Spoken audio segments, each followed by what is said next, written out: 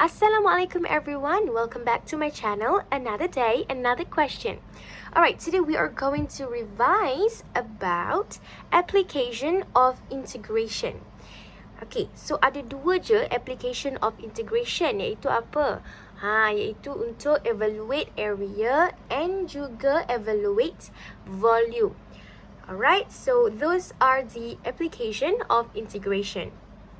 Meaning dalam bahasa Melayu, bahasa mudahnya Okma, kita boleh menggunakan integration untuk mencari area sesuatu tempat dan juga volume sesuatu solid lah. Itu bahasa mudah ya Okma. Alright. Okay, so I go straight to the example. So for example, this question, sketch the curve y square equal to 4 minus x in the first quadrant. This is very important. First quadrant. In the axis, we have 1, 2, 3, 4 quadrant. Sekarang lukisan ni dia suruh lukis kuadran pertama sahaja. Given A is the area bounded by the axis. Lihat. Axis. Dia tak mention pun. X axis ke, Y axis ke. In the first quadrant. Hence, find the area of A. Okay, so sebenarnya nampak macam soalan pertama dia suruh cari area of A kan? Sebenarnya tidak Soalan pertama dia adalah dia suruh lukis dulu, sketch dulu. Apa curve ni? Macam mana rupa bentuk dia ni? Tapi sekarang saya dah lukis kat awak kan? Sekarang saya akan ajarlah macam mana IELTS dapat ni bentuk ni. Macam mana IELTS dapat gambar ni? Alright, mesti ada cara dia, betul tak? Okay. So, sebelum kita nak lukis gambar curve yang nampak macam complicated ni, kita study dulu. Kita quick revision dulu. Apa-apa pun kita mesti kena quick revision dulu, nampak? Okay. This is the basic graph for quadratic graph lah. So, the first graph ini adalah untuk graph y sama dengan x square. I am pretty sure you are so professional on this graph. Ini graph senyum lah. Macam mana kita tahu, kita tengok highest power 2 kita tu positif ke negatif. Kalau positif maka senyum lah. So yang ni y sama dengan x square. X square kita negatif, so masam ke bawah. Yang ni terbalik pula. Kalau tadi y subject, x yang square. Sekarang x subject, y yang square. Sekarang kalau y tu positif, you akan dapat gambar C terbalik. Sorry lah, gambar I tak apa cantik sangat. Tapi secara gambaran, secara kasarnya, macam inilah C terbalik. C betul kalau y square awak tu positif. Okey, kalau y square awak negatif pula, so you akan dapat C terbalik lah. Okay, so this is all the basic graph of quadratic. Okay, let's get back to the real business. Okay. Nampak tak dia bagi graf kat kita ni nampak macam complicated sebenarnya, tapi tak pun. Okay, sekarang ni cuba you kembangkan, expandkan this curve. You akan dapat y square sama dengan 16 tolak 4x. Okay, so nak nampak mudah sikit, I pindahkan 4x ni ke sini. So akan jadi 4x sama dengan 16 tolak y square. So kalau kita teringat balik tadi, kalau y square kita tadi negatif, kita akan dapat gambar C terbalik. So secara generalnya dalam kepala semua orang, dalam kepala kita, mesti kita dah dapat gambarkan dah. Gambar graf kita ni mesti C terbalik. Okay, kalau lepas you kira-kira you dapat gambar tu tak C terbalik, something wrong is somewhere lah tu. Okay. Okay, so how to sketch? Sebelum kita cari area, kita kena tahu dulu macam mana nak sketch graph. Okay, so yang ni I dah bagi tahu dekat student I. Kalau tak juta kali, dah 2 juta kali lah I bagi tahu Ada 3 sahaja step. Only 3 steps in order to draw quadratic graph. Okay? Cara yang pertama adalah, step yang pertama adalah kena cari dulu stationary point. So macam mana kita nak cari stationary point? Kita kena cari first derivative lah. Okay, so kan you dapat ni kan, curve you tadi kan. So hilang kalau 4 ni, kalau tak macam mana nak differentiate kan. So differentiate, sekarang kita differentiate dx dy lah. Sebab yang power 1 nya adalah x. So first derivative dx per dy. So differentiate sahaja macam biasa, you akan dapat negative y over 2. Negative y over 2. So ni mesti kena ingat ni, stationary point, critical point, turning point. first derivative kita boleh let sama dengan kosong. Hanya ketika kalau dia mention stationary point, critical point ataupun turning point. Kalau tak ada perkataan 3 tu tadi, tak boleh sewenang-wenangnya you all let dy dx awak ataupun dx dy awak sama dengan kosong. Okay? So, bila you let kosong, you dapatlah koordinat y sama dengan kosong. Bila dapat koordinat y sama dengan kosong, substitute into the original function here. You akan dapat x sama dengan 4. So, hence, stationary point adalah 4, kosong. Okay? So, step seterusnya adalah mencari y-intercept.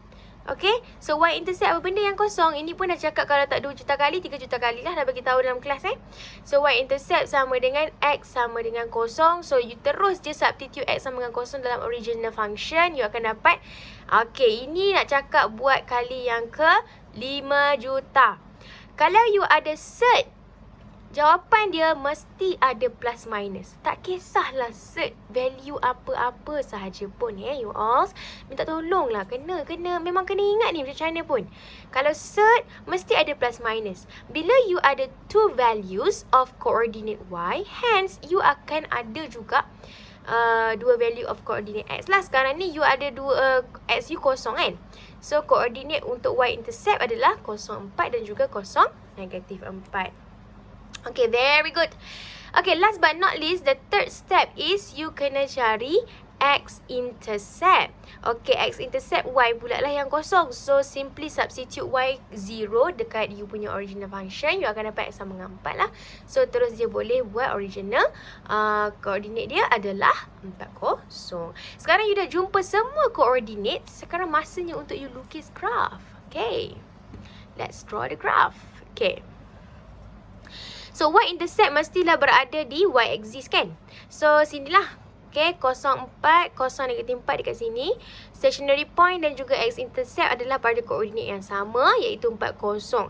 Tapi, you can tengok balik soalan dia. Dia kata sketch curve ni hanya pada first quadrant. So, kalau dia sebenarnya graf dia adalah C terbalik lah macam ini. Tapi kenapa kita tak lukis ni dekat kuadran yang keempat ni? Oleh kerana dalam soalan dah cakap syarat dia lukis pada first quadrant sahaja. So you lukis pada first quadrant sahaja. So ini adalah bounded region A. Ya, you kena namakanlah bounded region A sebab memang dia kata given A is the area bounded. Alright. Okay, barulah kita cari soalan yang seterusnya, iaitu find the area. Okay, hari pun dah nak azan tu. Okay, kita kena cepat sikit ni. Okay, so the area A, dia cakap tak tadi bounded by x-axis ke bounded by y-axis? Tak ada cakap kan?